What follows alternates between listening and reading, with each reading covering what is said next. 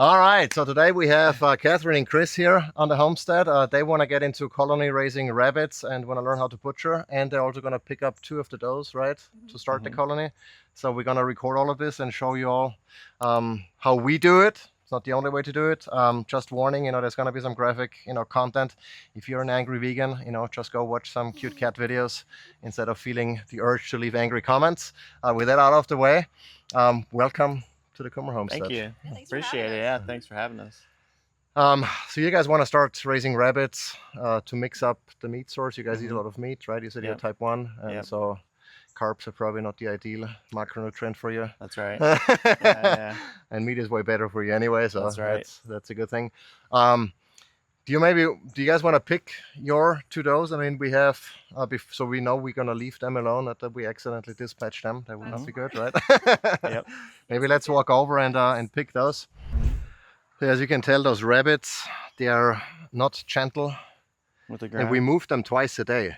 But yeah, so we have 2 of the 2 cinnamon, this one and this one back there. Okay. And then we have 2 that are kind of like in between this one here. I've heard sneeze like once a day. And, I don't know if you've you've read up on that, but there is, very common bacterial infection. They call it the snuffles. It's a Pasteurella kind of thing. And we have not had any casualties from that in forever. In the beginning, we had actually a bunch of rabbits die until they kind of, figured out their immune system, and then we selectively bred for those who don't get it. Every so often you see it, but they'll be fine with it. Okay. But I would, just considering that there is more choices, I would not get her. Okay. Yeah, careful with the hind legs because they can scratch like there is. Got your leg. I have a lot of scars. Oh yeah. From. Did you pick it out? The 2 cinnamon ones. Yeah. Okay. Unless you wanted to pick one out. No, I'm good. Yeah, let's leave them in there and we pick the unfortunate other ones. Yep.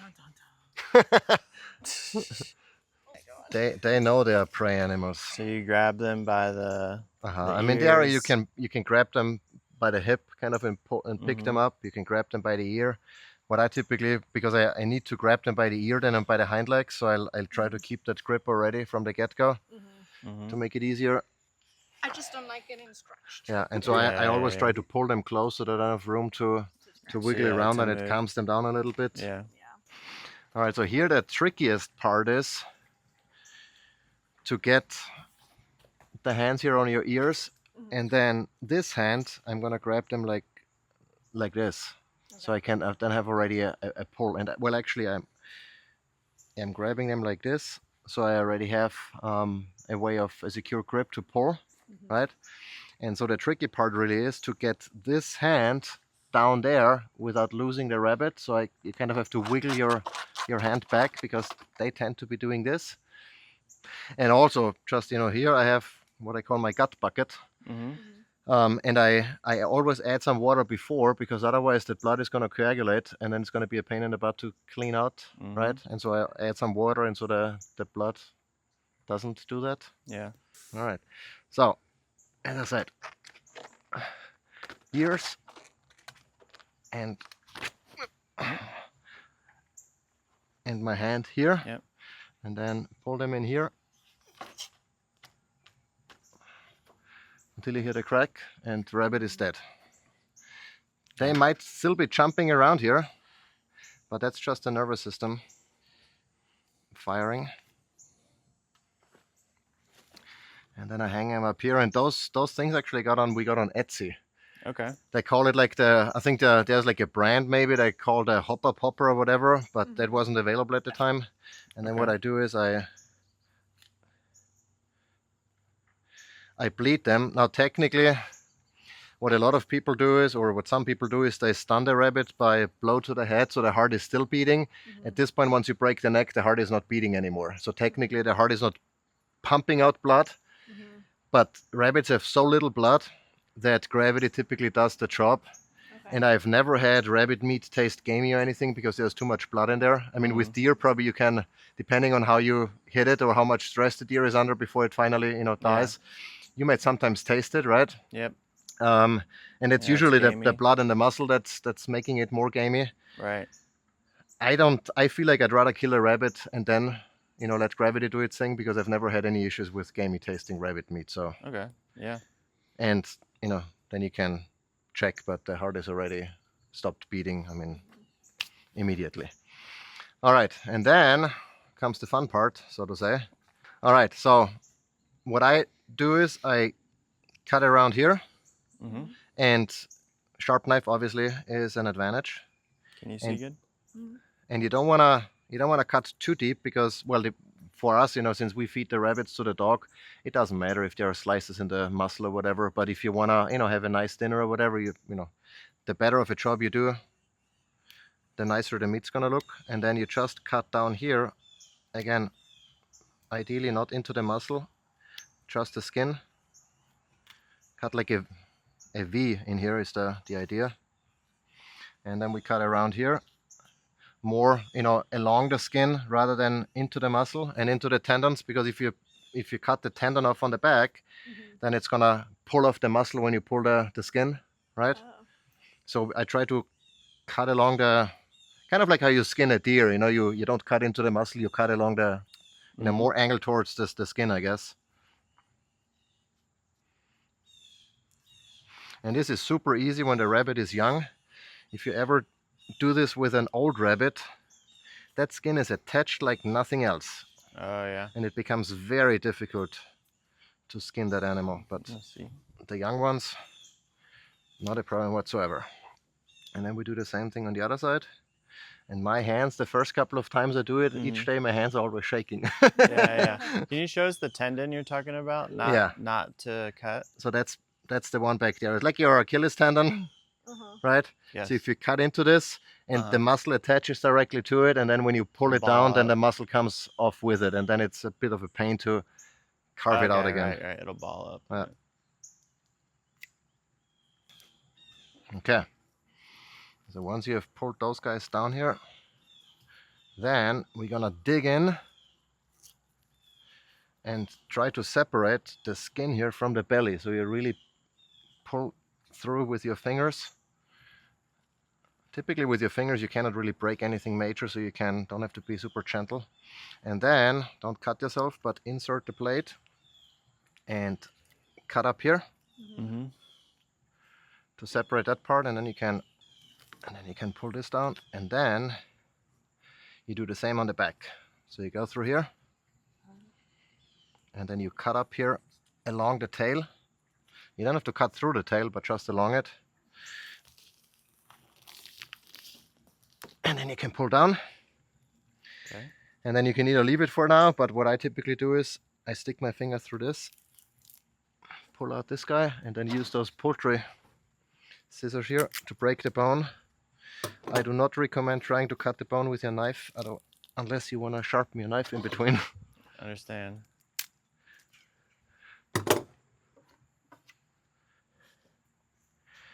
And then you cut through the tendons.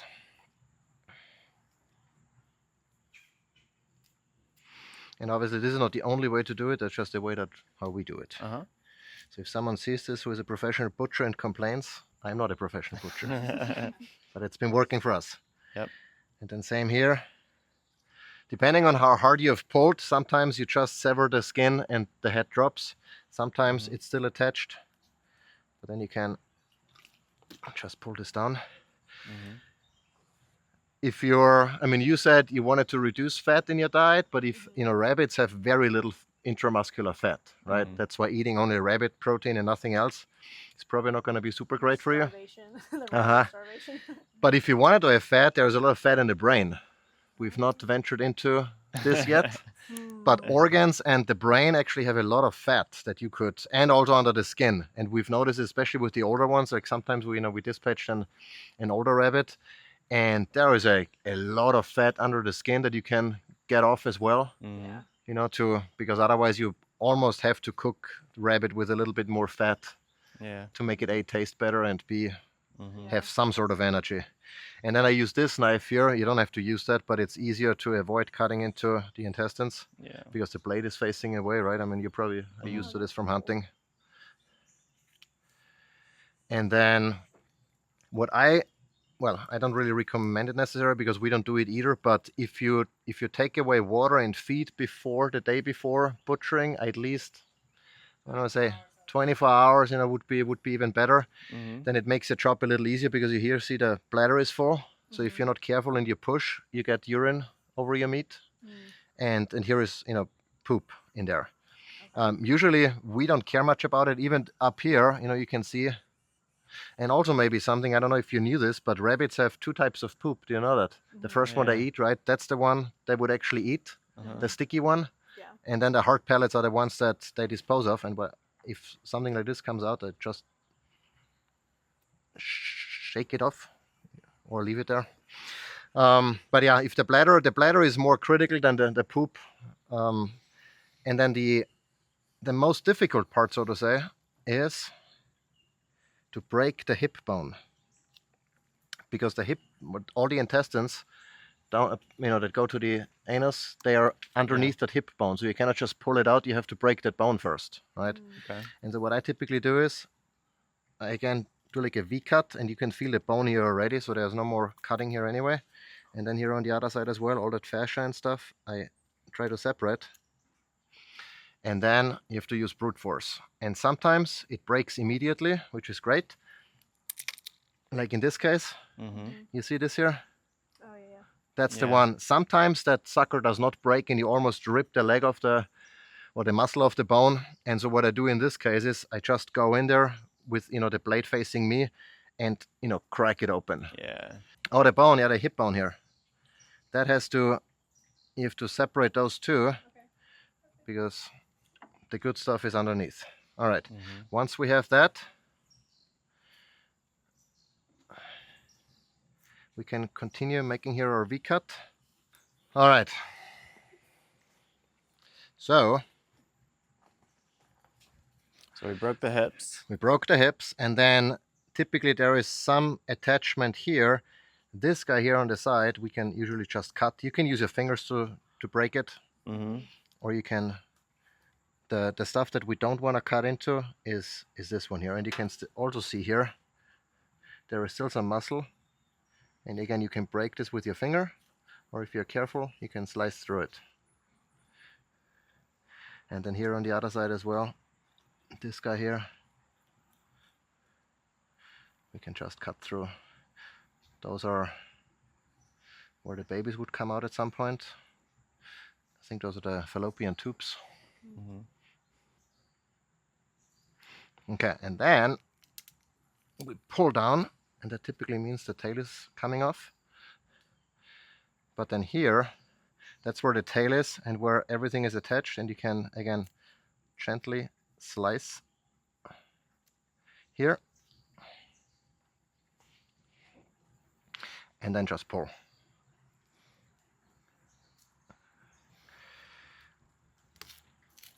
And then this comes all off. I'm gonna wash my hands again. I'm gonna rinse this meat off here as well. So how, like, let's say we get rabbit poop on the meat that we're like wanting to eat ourselves.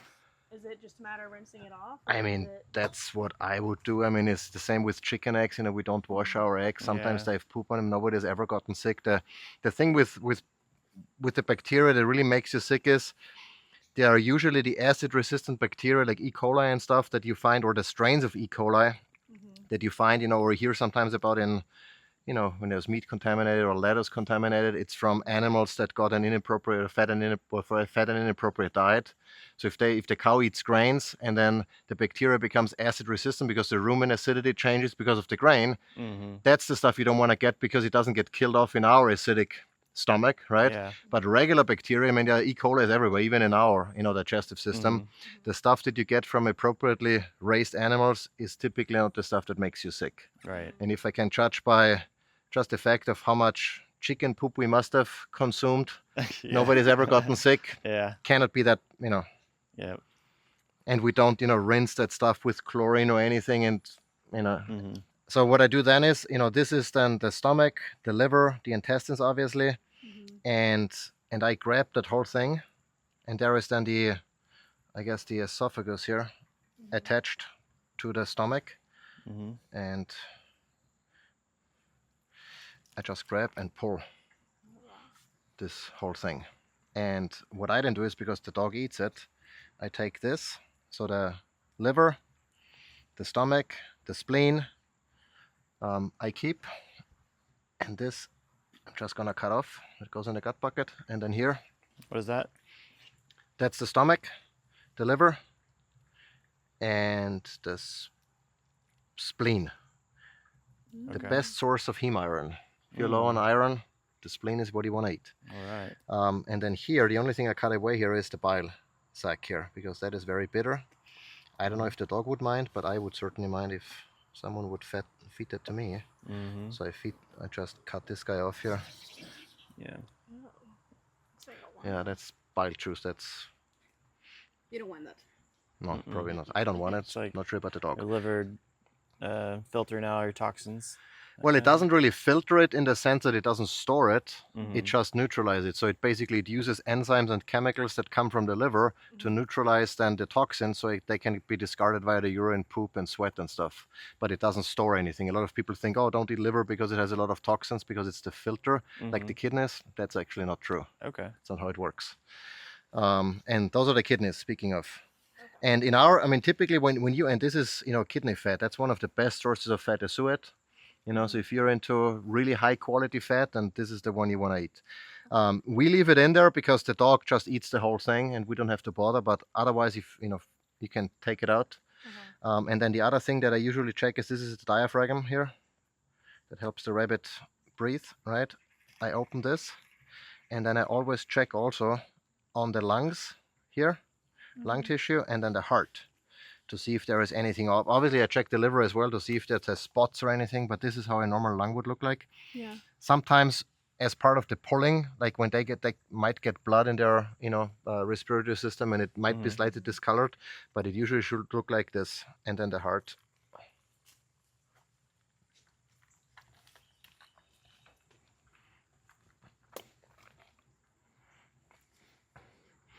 The heart here as well shouldn't have any lesions or anything, but usually at that age the chances of them being sick are slim to none. If there was a 4-year-old rabbit, I would probably take a closer look, but Okay. that is that. And then cut here again.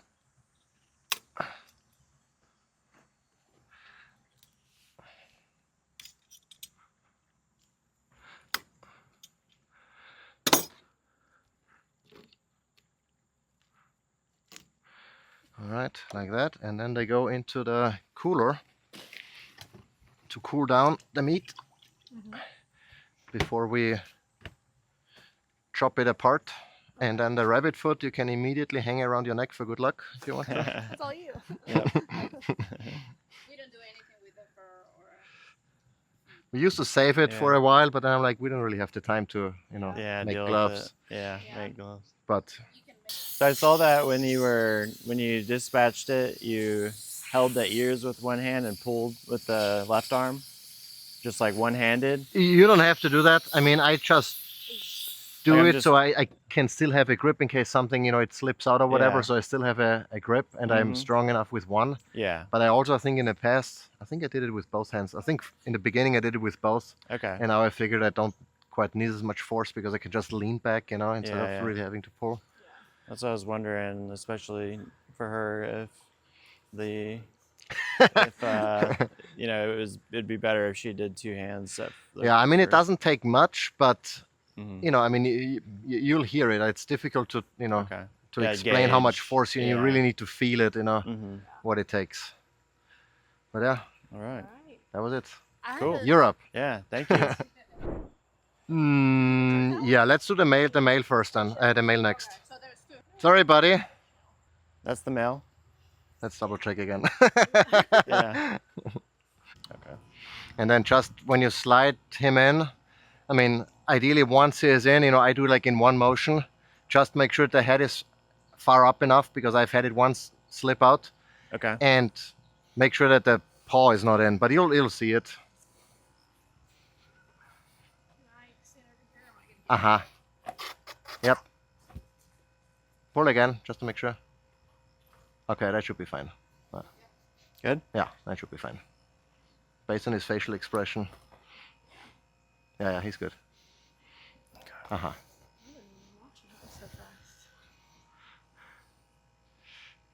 And you can see now, there's blood coming out, so that Yeah. might then you'll probably see some signs of that in the lungs, Okay. but that's not a concern. Oh, okay. Just because you were overly brutal. I wanted to make sure. It looked like it was still alive. It looked like he's still alive. All right, now you can. I typically use Okay. the big knife to then cut on the sides to bleed him out. I Okay. grab the ear again so the head doesn't. So you have kind of leverage. Don't cut your finger. So just We don't want you to the bleed throat out. here. Uh-huh.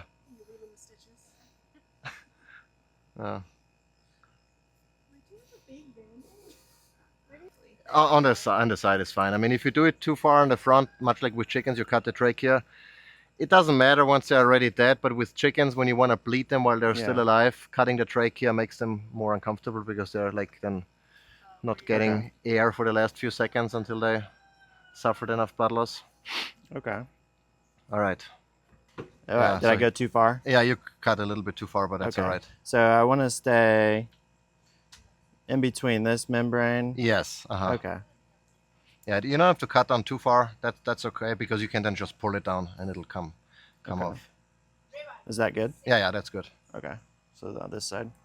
And also try to, when you can probably feel the bone a little bit, no? Mm-hmm.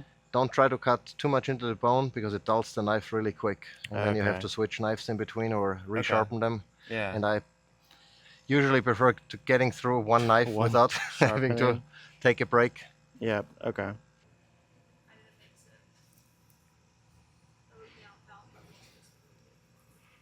Uh-huh. Good. Yep.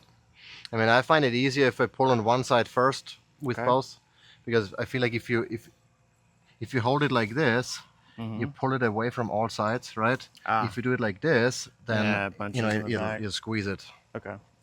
Go in between with your fingers. Go through first, and once you're all the way through, then you can cut. And be careful. You just felt it probably, the bladder. Oh geez, I just pushed on it. Yeah, so that's one of the things, because you don't know if the bladder is full. So I go in like this and try not to squeeze the body. Don't squeeze the bunny. Yeah. All right. Nothing keeping it in at this point. Okay. So and cut then, it. And then you cut up. Up. Along the Buttocks. tail. Yeah. Yep. Yep. Just all the way down.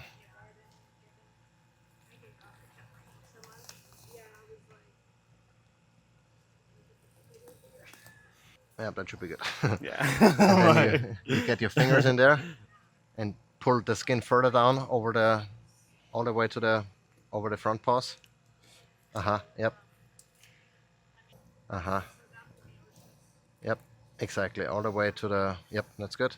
And then you just clip them right above the skin. Right above the It's elbow. Oh, right right above here. the skin. Okay. And sometimes it's easier, like in this case, depending on where the bone is in relation to you don't have to cut them all the way. You can do the rest with the knife. Just get through the bone. All right, and then you can cut around here. Again, make sure if the spine is still attached. Around the throat. Yep. Just all the soft tissue.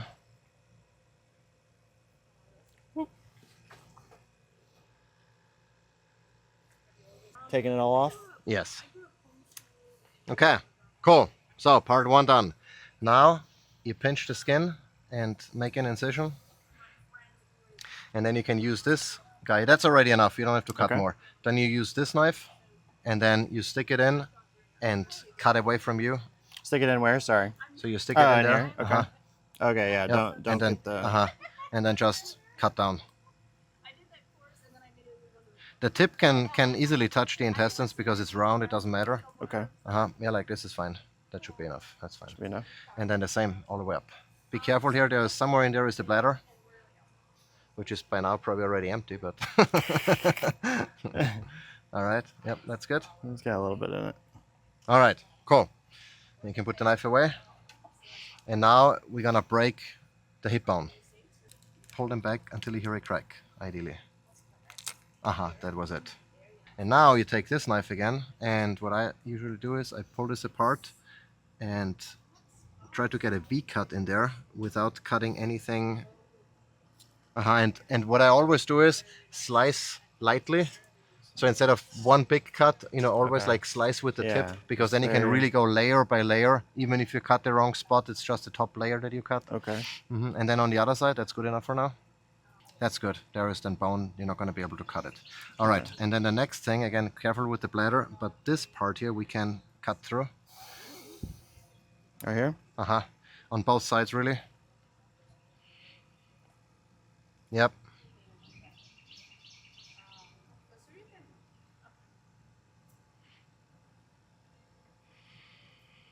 Yep, and then on the other side too. All right. So now, okay, and now this is Okay. what There's goes the in here. Then I pellets. typically Okay. I just grab. I'm gonna go in, grab the lungs, not the lungs, the whole liver. You can feel it kind of until you touch the diaphragm on the back. That the whole thing you grab and then pull it out, just below the kidneys. So I'm pulling it out. I'm not ripping all this out. You're ripping all this out, yes. Okay. At the esophagus, Yes. or I'm just pulling this out. Yeah, you pull all of this out. The only concern there really is the bile sac on the liver, but that has never ripped from me. Yep, that's good. And now you good. you keep Keep that. you keep that. You hold it, and then you take the knife, and you find where I typically hold it on the stomach to kind of have all of the tubing. Yeah, grab the liver and the stomach. And then you just cut as close to the stomach as possible.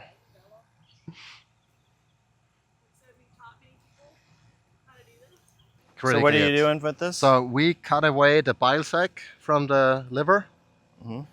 So we look for it. Here it is. And so you want to make a generous cut.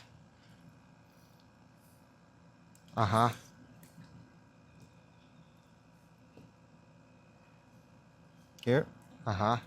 Yep. And then this part we throw in the gut bucket. The rest goes to the dogman. All right. Now you can chop off the legs. Okay. Yep, that's good. As long as the bone is cut.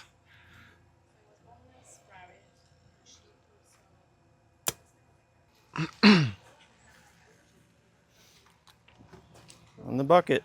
In the bucket. All right. All right. Cool. Next one. All right. So try to grab the ears first, so you have a good grip on the ears. Yeah. Okay. I try to wear something like stiff, because if they scratch, they're not gonna scratch through, because through the shirt they're gonna mess up your shirt and scratch you. Yeah. We're not an ideal rabbit butcher clothing. And then this hand here, I would actually turn it around, because otherwise, well, depending on how you, I feel more comfortable pulling like this. Thank you, little bunny. Okay, and give it a pull. Quick. That's it. He's dead. He's dead. There you go.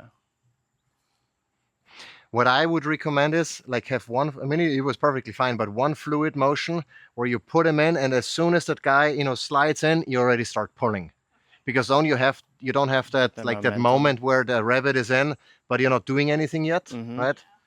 Not that it makes a huge difference, but I feel like it's more of a and done, and Yeah. I think that it's just us being the first time, we're hesitant on making sure that the head's locked in.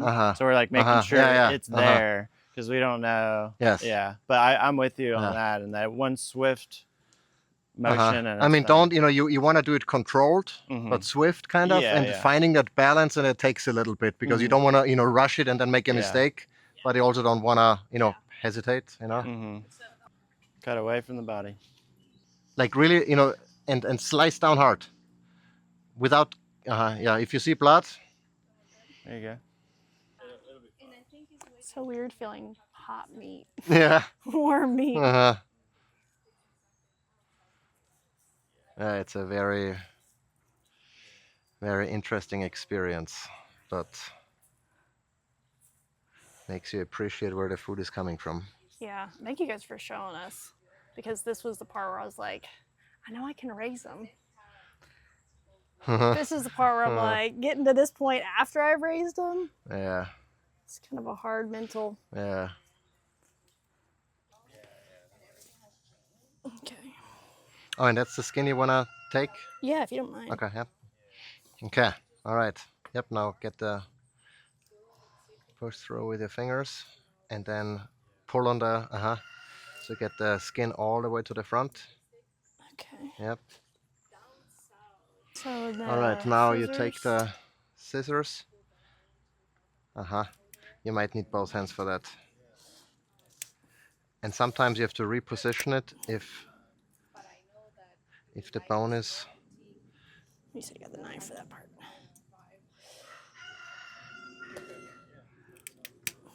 All right. All right. Okay, So from here. now we pinch the skin and make a small incision. All right. That's the bladder. That's the one you don't want to squeeze. Okay. Ideally. Okay. So now. Should I cut up a little bit more? You can, but you can also break the bone, the hip bone first. Okay. So the bladder on that part, you want to be still careful with.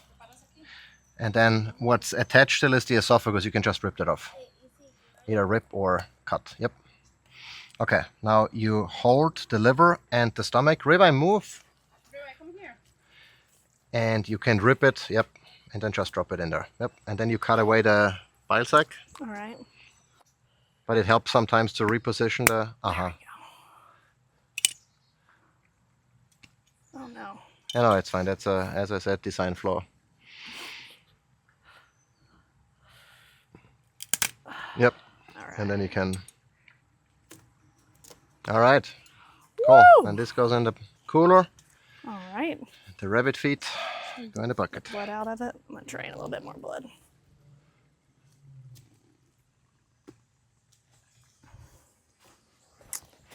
Woo! There we go. All right. Woo! Next one up. Whoop. That can happen too.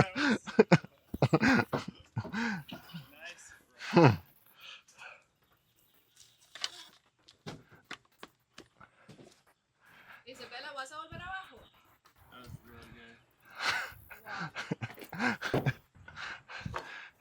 They're slippery and wiggly. So if you had any neighbors be like, oh my gosh, what are you guys doing?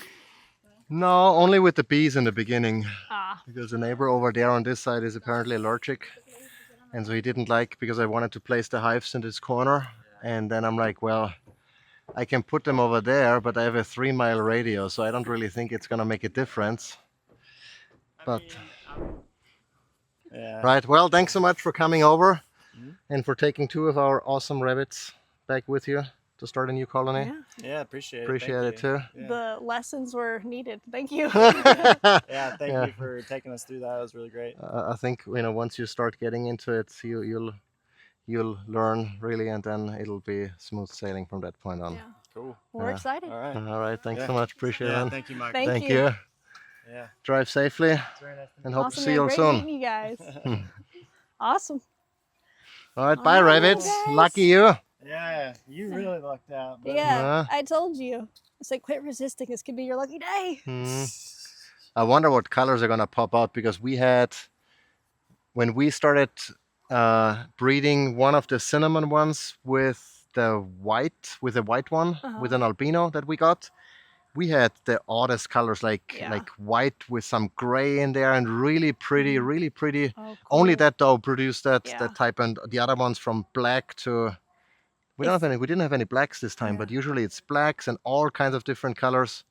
I chose not to do Rexes because I did mini Rexes as like pets growing up. But those, I mean, the craziest combos of colors. Like you might have, the mother and father be 2 colors, but they spit literally everything out. It's crazy. But yeah, if you want super wild card colors, the Rexes are super fun.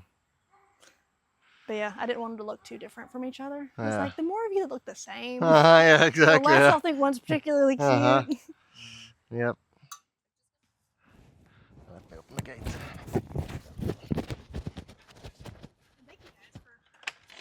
Absolutely, absolutely. It's always fun to meet with like-minded people. Yeah, absolutely. Most people that live around here are very much not like-minded. Yeah.